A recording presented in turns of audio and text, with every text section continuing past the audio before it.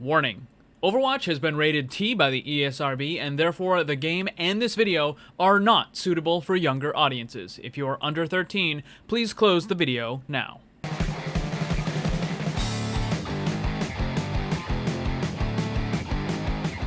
What's up guys, I'm BTC, and what you just heard may very well become a reality on many videos on YouTube, not just my channel either. This is not a video I ever wanted to have to make, but there are certain things that you just really need to know that are going into effect starting tomorrow. The content that you guys like to watch is in very real danger of going away. And again, I'm not just talking about my channel either. By now you've probably heard of some of the changes coming to YouTube because of the new COPPA restrictions. To be clear, the rules themselves aren't new, but the way they're being enforced on YouTube is. All of this stuff is going into full effect starting tomorrow, January 1st of 2020. These changes are going to make it incredibly difficult for many independent YouTube content creators. I'll explain all these changes in a minute, but right away I know that some people are gonna say, well, what do I care if a bunch of rich YouTubers don't make as many millions of dollars as they did before? That could not possibly be any further from the truth. The really big channels, the ones that actually are making millions of dollars, they're gonna take a little bit of a hit to be sure, but they're gonna be mostly okay. The channels that are going to get absolutely destroyed by the changes are the small and medium-sized channels. Trust me, I am not anything even remotely close to what you would consider rich. In fact, for most of my life, I've been fairly poor. At one point, I was even homeless. Just now, recently, I've been starting to make a pretty decent living making content on YouTube. Most of the small and medium channels are making somewhere between $20,000 to $40,000 a year. That's not rich. That's just paying the bills. Many content creators like myself spend anywhere between 80 to 100 hours a week making content, writing scripts, creating images, editing, recording, and everything else that goes into making videos. A 5-minute video can sometimes take quite a few hours to make.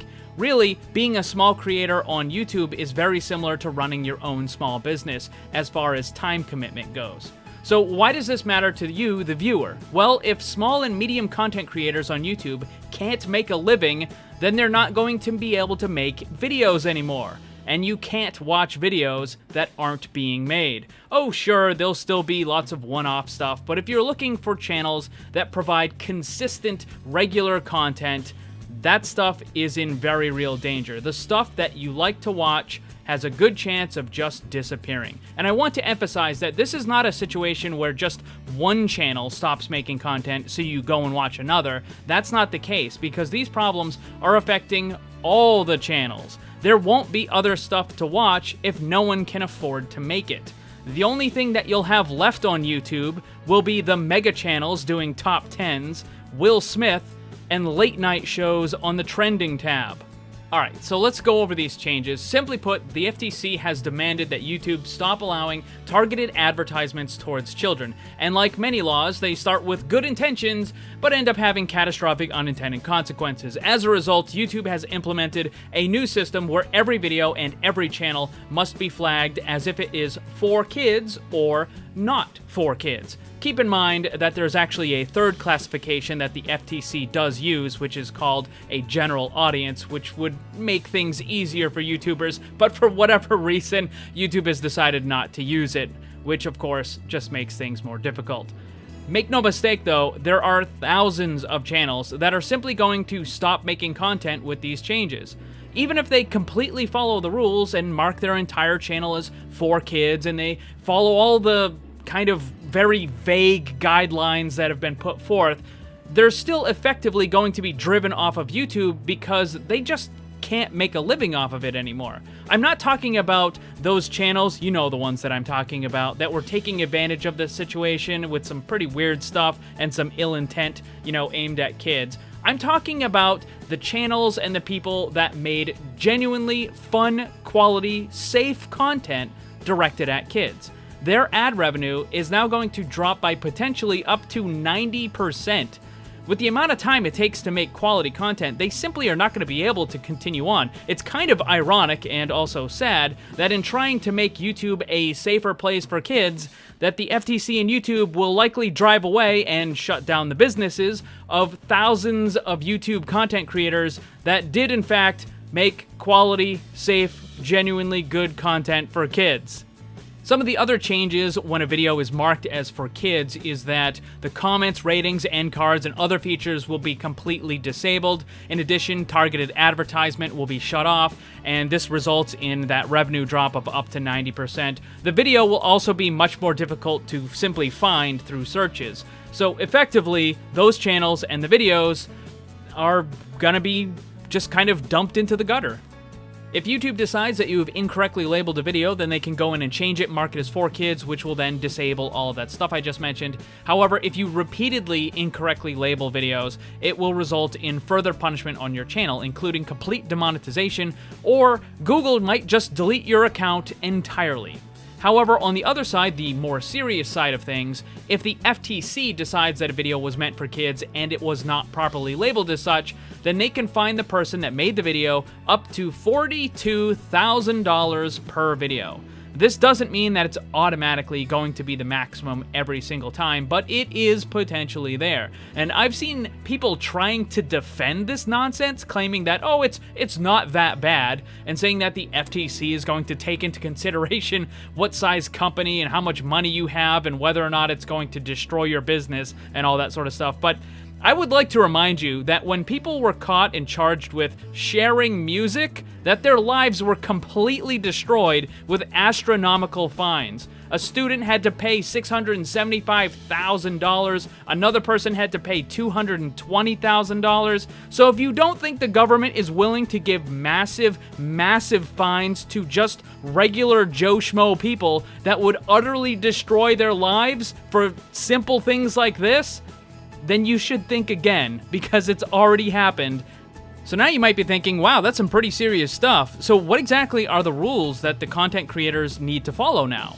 And that's where the first big problem comes in, because there are no set rules. Let me say that again. There are no set rules. It's not like there's a list of things that you are and are not allowed to do. If that was the case, then yeah, some of it might be frustrating, but at least it would be something that content creators on YouTube could actually follow. But there is no such list or set of rules. The FTC is asking YouTube content creators to follow a set of rules that simply do not exist. Instead, they have given out these extremely vague guidelines, and you just have to hope that you fall in line with what they want.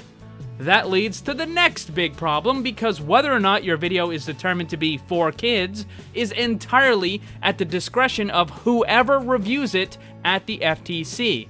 And because of this, there is a very real chance that some content may be considered as for kids regardless of many other factors, including the video content creator's intent. You are at the complete mercy of whoever at the FTC happens to be reviewing your video. And that person may consider anything that has to do with video games as being for kids, because that random person reviewing the video has the general belief that video games are made for children. Even games like Fortnite, which are rated T by the ESRB, specifically for violence, may be considered as content for kids, simply because a lot of kids play it. This is even more likely for other games like Minecraft, or what about Pokemon or Hearthstone? Does it matter that millions of adults play those games as well? Who knows? You're just rolling the dice with whatever random intern at the FTC happens to review your video. Other stuff like TV shows and movie review channels are in a similar situation. You can have a channel with a professional Siskel and Ebert style movie review that still gets into trouble just because of the movies that you happen to be reviewing. If you're reviewing something like Aladdin or The Lion King, well, those are for kids, those are movies made for kids, so therefore the video has to be marked as for kids. You know, even though you're talking about all sorts of things like directing and writing and blah blah blah, all these other things that are way too advanced for kids to understand. It doesn't matter because the movie you're talking about is Lion King and therefore it's for kids. So even if the review itself is done specifically targeting an older audience, doesn't matter. This is the same situation with animated channels as well, because one of the things that they have on their very vague guidelines is that, animated stuff is for kids. So, what's the deal here? Again, you could argue that your video was not directed or intended for kids, but it's not your call to make. It's up to the FTC and whoever that random person is that happens to be reviewing it. We know a couple of things have already been somewhat dismissed as potential shields for the content creator. For example, simply throwing a disclaimer down at the bottom of your description is not going to be good enough to legally protect you if you have content that is made for kids. You can't just put a little line down at the bottom saying, hey, this video is made for adults, and then expect that to work. It doesn't. But what about more obvious warnings and disclaimers? This we haven't gotten any good information on, because TV shows, movies, music, video games, and all sorts of other stuff use warning and label systems to let you know whether or not a show or whatever is appropriate for a certain age. I've already seen a couple of channels starting to put up very large disclaimers in the first 10 seconds of their videos, explicitly stating that the video is not meant for kids. You could go even further and put some sort of age guidance on the thumbnail, kind of like putting a little T or something, one of those things that they have on the cover for the video games or for music or something, just slap that right on the front of the thumbnail. You could do that. I mean, they do that with movie posters and other stuff as well. Again, circling back though, does any of that even matter? I mean, you could do your absolute best to put all sorts of things on it saying this video is not meant for kids, but at the end of the day, it doesn't matter because it's just that random person at the FTC. They get to decide. So you can do whatever you want, even if you try to follow the rules, which there are none. If you try to just fit within the guidelines, you could still potentially get in trouble. You remember how at the beginning of the video I said there were 3 categories? You have the for kids, the not for kids, and then the general audience. This is where the general audience category would help at least somewhat, but then again, for whatever reason, YouTube has decided not to include this. The truly ridiculous thing about this entire situation is that there already is an app called YouTube Kids. This already handles all of the problems by removing the comments, the targeted ads, all that kind of stuff that they are going to remove in videos that are marked as for kids. That already happens on the YouTube Kids app. To have a normal YouTube account, you are required to be at least 13 with your parents' permission, or 18, and then you can just make your own. But unfortunately, YouTube kind of ignored all that. Themselves, they just ignored it. Because when they were approaching companies to place ads on their platform and say, hey, we want to have your ads here, let's sell you some space and some time, YouTube was actually bragging about their numbers and how many kids watch YouTube. Specifically kids that were under the age of 13, which they were not supposed to have. And that is why they got into all kinds of trouble. So in a nutshell, all of these changes are coming to YouTube, and all of the problems and the increased difficulty for the content creators are happening because YouTube screwed up, and now the content creators are paying for it. There are, of course, many different things that YouTube could have done to try to fix this situation. However, that would have put a burden on them, so instead they just decided to shift that entire burden onto the content creators with the new system. The end result to all of this is that the small and the medium-sized YouTube channels are likely going to be in some pretty big trouble. The game that I cover is Overwatch, and it's rated T by the ESRB for both blood and violence. The game itself is not meant for kids and is generally aimed at an adult or older teen audience. So I think that my channel has a pretty good chance of being okay, even with all these changes, but honestly, who knows? I will say this though, I know a lot of you guys get sick of seeing some of the sponsored ads in the videos. Hey, thank you, today's sponsor, go check out the new mobile game or the audio book or this website or all that other stuff. I know you guys get sick of seeing that stuff. But keep in mind that those companies are the ones that are keeping YouTube content creators afloat.